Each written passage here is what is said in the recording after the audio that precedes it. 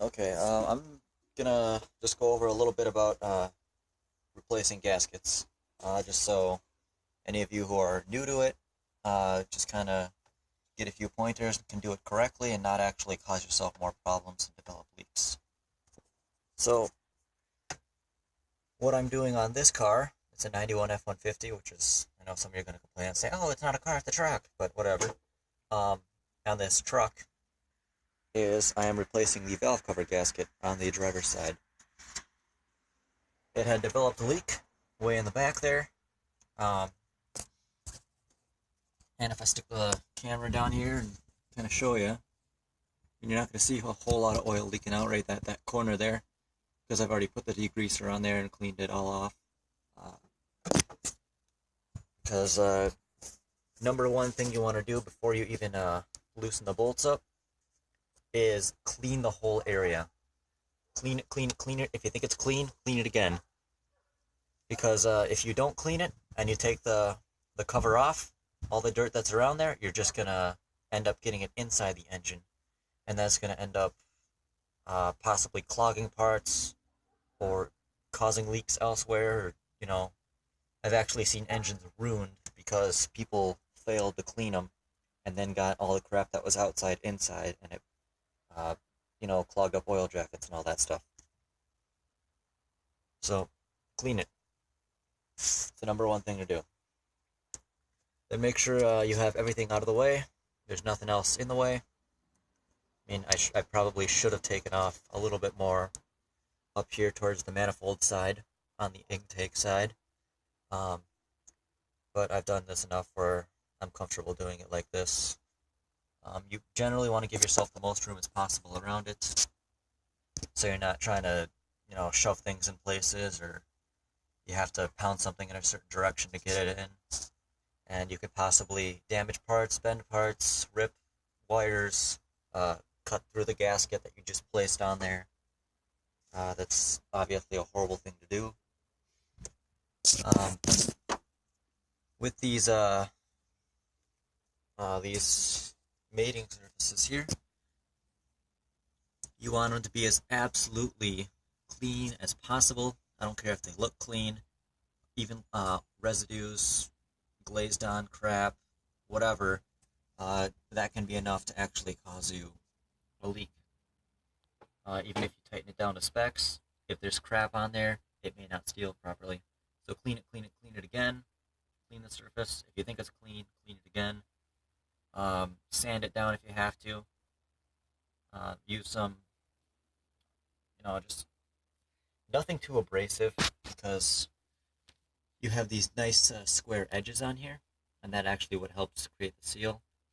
If you cut into those edges or round it off, then you really don't have much surface to seal with. If you chip into the aluminum or whatever your material is made out of, then you pretty much have made passages where oil and stuff can slip through, and that's not really going to seal well either. If you happen to chip into it, I don't know, I took this gasket off and there appears to be some markings in here. It may be a good idea to spray something on there as a sealant. They make special products for that before you apply the gasket. But this one's really not too bad. I can run my finger over it. And unless I'm actually really pushing down on it, it's hard to feel it. So that is just cleanliness, carefulness. I don't even know if carefulness is a word. But clean is probably the number one thing to remember when putting gaskets on. We come over here, we can see an old gasket and a new gasket. So this is the old gasket. It's got a metal liner on the outside with a rubber ring on the inside. These do dry out over time. Don't think your car is ruined just because you got an oil leak. It happens. Nothing lasts forever. It's a chunk missing there. And they do dry out, so they're not expanding and pushing hard, as hard as they should. And it takes less pressure to actually blow by it. Sometimes though, the bolts just come loose, so you can tighten down the bolts around the gasket, and that'll seal it up again. I've seen it more than once where that's all that was necessary to stop the leak. If you have to do that, it might not be a bad idea to take the bolts out, put some thread lock on them, and put them back in so they don't come loose again. But more than likely, you'll have to take it all out and replace the gasket. As you can see on this gasket, this is the new one. It's by Felpro. This is not anything fancy. It's just a basic cork gasket. You can see we have the generic beige color of the cork, and then we have the blue color on this side. And the blue color has been specially treated and coated so that can resist higher temperatures. And this is the side that actually goes towards the exhaust. I mean, as you can see on this particular gasket, we got 3 bolt holes here, which do not line up with 3 bolt holes here. So there is only one way to put this on. But if you do have a gasket that, for some reason, that has bolt holes the same all the way around, and you're not exactly sure, and it has this this blue part here, or it has a slightly different color, it's been coated or treated with something, more than likely, that's the exhaust side. That's the side that's meant for more heat. So that's the side you would put it on. Ow. Kind of messed up my knee yesterday. Slammed it into something and it was bleeding all over, but now I'm hobbling. Anyways, after you take the cover off, you always want to do a visual inspection and make sure there's no loose debris, metal chunks, anything. It's really bad lighting. This is a work truck, so it's more than clean enough for that. But you don't want to make sure there's any big flakes of anything, no metal, no excessive carbon buildup or anything else like that. You want to clean those out. And then if there is metal flakes, large metal flakes and all that, you really want to consider digging into it a little deeper to figure out where those came from. But once you're done with the cover, making sure everything's as it should be there, go down to the other end, the actual engine side, and you want to kind of go through and make sure there's no cracks, there's no warped parts or anything else like that. If you're not too familiar with engines, it might be hard to notice some of that. But just make sure there's nothing too noticeably, obviously, out of the ordinary in the engine. Because with oil leaks, and you don't get enough oil, obviously, you don't get the proper lubrication, it doesn't stay as cool, things can warp, things can bind, things can seize up, they can get damaged in various ways, and if not addressed properly, if you don't deal with those while you have the cover off, they can actually cause you more issues than just the leak itself. So always make sure to inspect everything before you put it back on or before you go out and do whatever. As you can see, we got the throttle body here.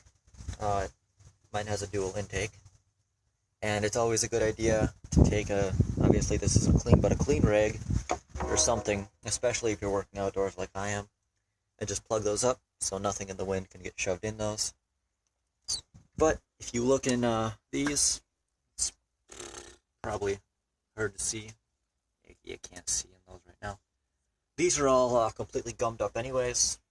They're all full of carbon and debris and all that stuff, so after I get this done, I'm going to be popping that out, cleaning it out anyway, which is why I don't have a cover on it, so I'm not too worried about that. Another thing to remember is before you do any work at all, take lots and lots of pictures of where all the cables, all the wires, all the hoses, where everything went, so you know exactly what goes where. When you take it apart, you think you'll remember, but oftentimes you'll end up with a hose or a cable or a wire or a connector or something that you're not quite sure where it goes. And some of these connectors, you can see on this module here, we got 2 of the same connectors, and things like that, it's important not to mix them up. So take lots of pictures because they usually have different colored wires, and it'd be really, really easy just to refer back to pictures and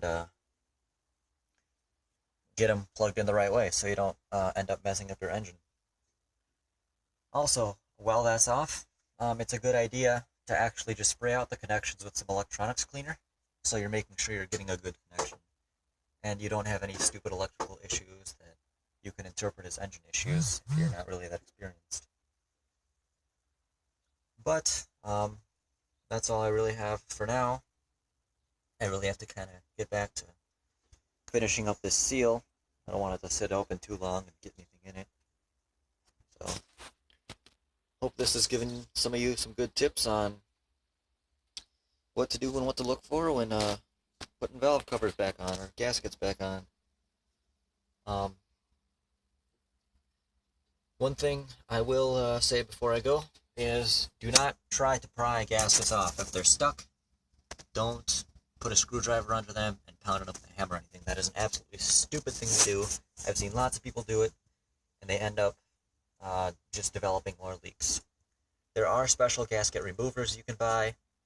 If the removers aren't working, you can use a hair dryer or a heat gun. Nothing with a flame, mind you, because you got oil and stuff under here. You can use a heat gun, and that tends to loosen up the rubber and all that stuff around it. It makes it a lot easier to get off. They do make special scrapers for it. Scrape it carefully, slowly, meticulously. Don't just try to gouge out large chunks just to get it done quick. You'll only end up causing yourself problems. And of course, when you put the gasket and everything back on, there is a specific bolt pattern and there is a specific torque setting for all of this, for pretty much everything on the engine or anything that you're working on. There is a specific bolt pattern and torque setting.